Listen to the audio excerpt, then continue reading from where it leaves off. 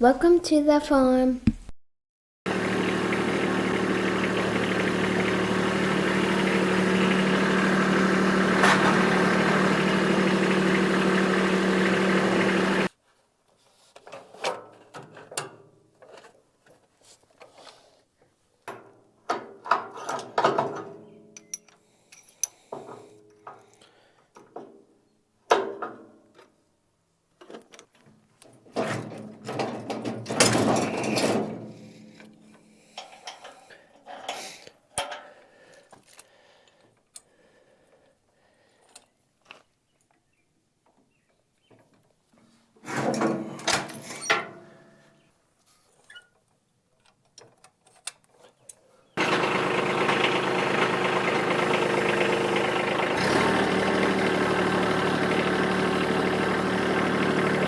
Welcome to the farm. I'm Justin, and today we got our chipper in the shop.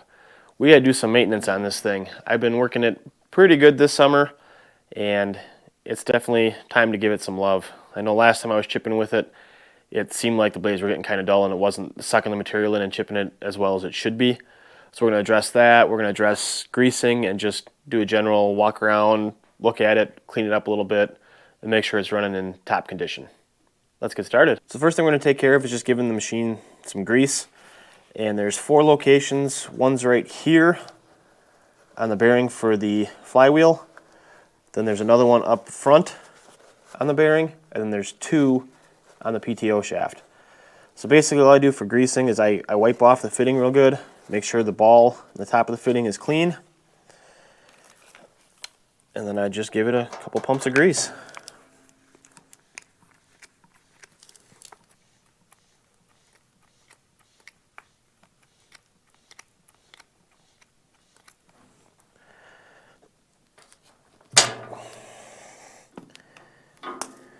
And then once I'm done greasing, I take the towel and I just wipe the fitting off one more time, just to keep dirt from sticking to the fitting. These ones are nice because they have little caps on them that protect the fitting too.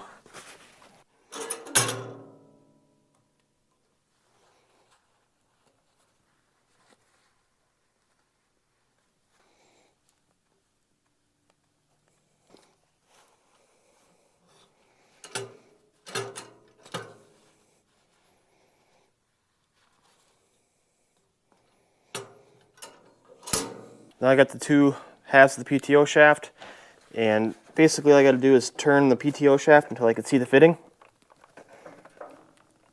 Which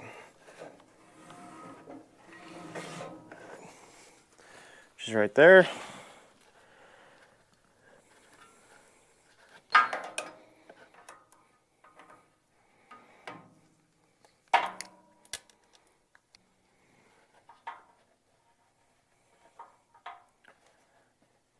The other half of the shaft is right there. And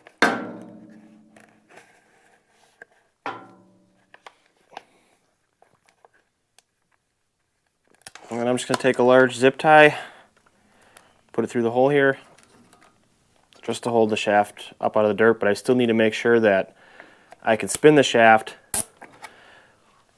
when I'm taking the blades off. So there's one more thing I want to put some grease in, and that's inside the splines here.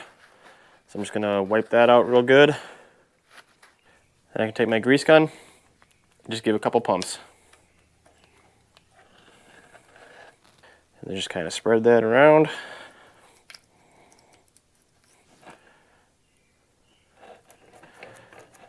Working my little latch pin.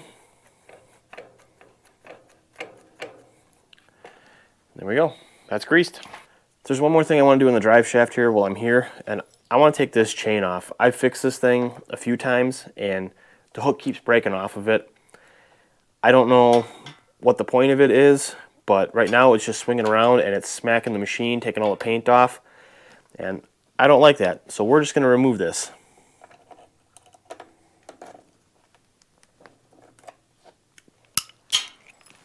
Now that the greasing is done, we're going to turn our attention to the flywheel and the blades or the knives. And all I got to do is take this one bolt out, 3/4 inch. And with that bolt out, we can open up the flywheel.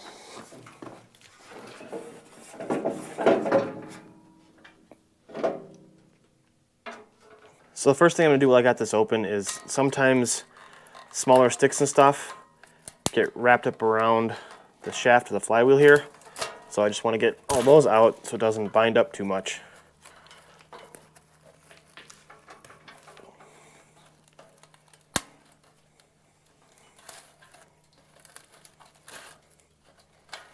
So with that shaft clear, we can look at the blades, and they don't look horrible. Some of them are a little more rounded and dull than others. This one's got a small chip out of it right here. It's probably very hard to see for you guys. And the other side of the blade hasn't been used yet, so that's still sharp. But since I'm not in the middle of working on a project, I'm going to sharpen these right away. That way, if I'm in a big chipping job and they get dull, I can just flip them and keep working and not have to worry about sharpening either side. So the blades are pretty easy to remove. There's just 4 bolts per blade. I've noticed with this particular one that the bolts have a tendency to strip, so you definitely don't want to over tighten these. This was a cheaper chipper that I bought. It was only like 1,500 bucks. But for 1,500 bucks, I think it works pretty well.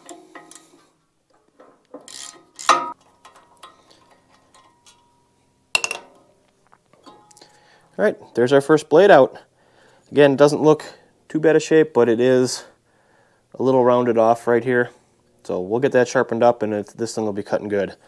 So now to get the rest of them out, all I gotta do is spin the flywheel to the next blade, which you can see this one's missing a bolt here. And that's what I was trying to warn you about. These things strip out pretty easily, so you can't go too tight. And I'm thinking about getting a spare set of blades for these things and some more bolts and seeing if that would work better. Maybe I just got some weak metal or something. But for now, that's what we're doing. I'm gonna go ahead, zip the rest of these blades out, and I'll catch back up with you when it's time to sharpen. So then to sharpen these guys, I just take them over to my bench top sander.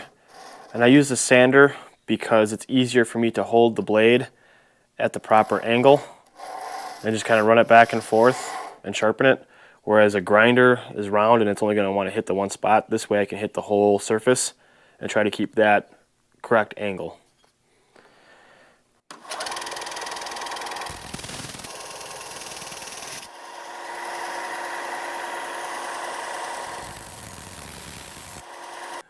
And there we go.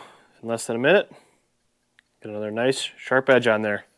All right, now I got all 4 blades sharpened up. I'll go ahead and put them back in.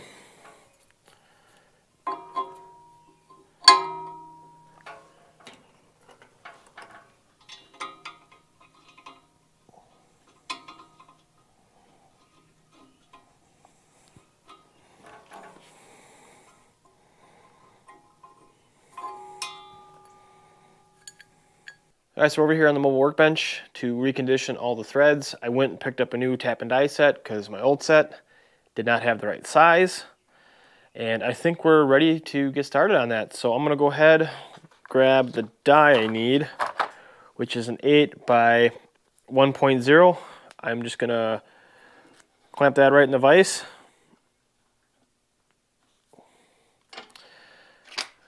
And then I'm just gonna take my bolts and run them through.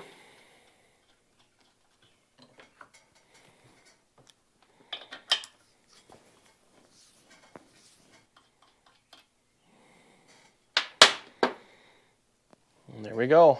That bolt should be good to go. So I'm going to go ahead, knock out the rest of the bolts, and then we'll turn our attention to the blades. All right, so I got all my bolts retapped, and some of them just did not come out very clean. It kind of is what it is at this point. If they don't work, I'll end up just getting some new bolts. I'm not sure that this was the exact same thread pitch either, because when I try it in one of the old bolts, it still looks like they got nice clean threads. It doesn't want to start. Oh, this one does. So maybe it is right. I don't know, but we're gonna go ahead and clean all these out too, and make sure everything works as well as it can.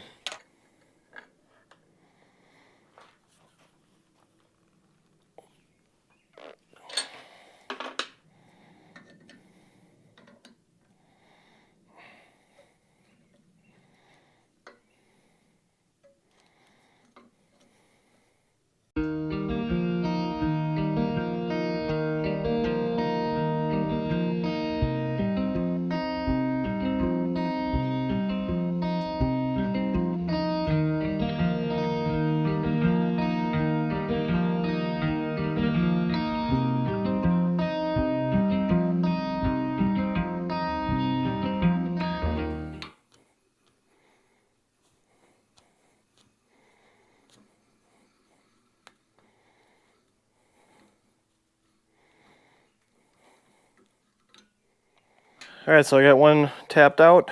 Let's grab a bolt. Let's see how it fits. Oh, that threads in really nice. I don't think these bolts have ever threaded in that nice. I don't think that these holes were the same thread pitch as this, because that went in really hard. And if it was just cleaning out threads, it should have gone in pretty easy. But these bolts are threading in real nice and easy both ways, so I am happy with that. I got 13 more holes to tap, and then we can put this back together. So I'm starting to think that I got two different style blades. I just spent forever doing this one blade and trying to get this through, and it was squeaking and squealing and cutting like crazy. I got it to go through now. Then this one here, I just literally put it in the vise and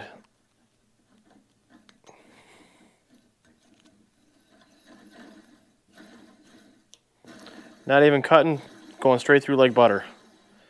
So I'm starting to think that these were two different sets of blades or something, or they had different thread taps in them, or one of them was bad, because this is how it should have went with the first set of blades too. All right, so I'm gonna go knock the other set of 3 out and we'll see how that goes. All right, so I've gone through the rest of the blades now, and it really was just that first blade that had issues. And I think that's been an issue from day one, because like I said, I've always had trouble getting bolts started in these things, and they've stripped out and cross-threaded. So hopefully, now that I've done this, we won't have any more issues, and we can go ahead and put those on the chipper.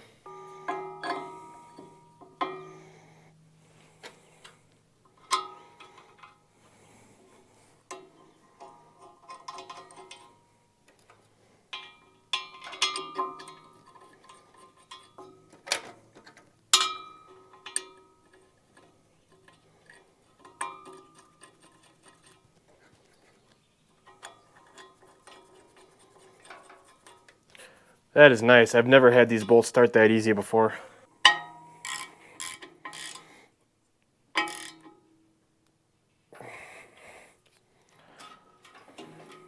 So there's one more thing I got to adjust, and that's this plate here. And what this plate does is it adjusts the gap between the blade and the housing, and that's what gives you your chip size. And right now,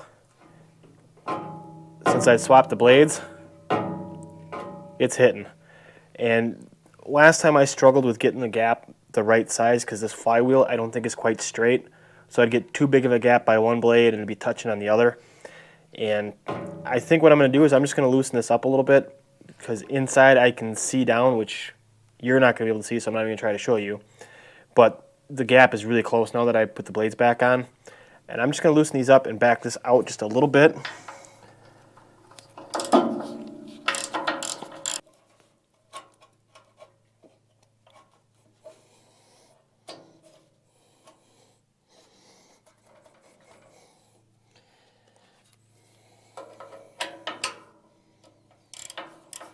Now with that moved, we can just spin this, look down there, and check the gap.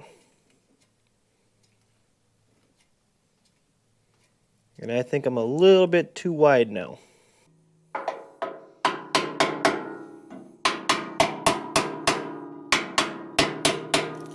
Do one more spin around, make sure we don't have any interference. Sounds good.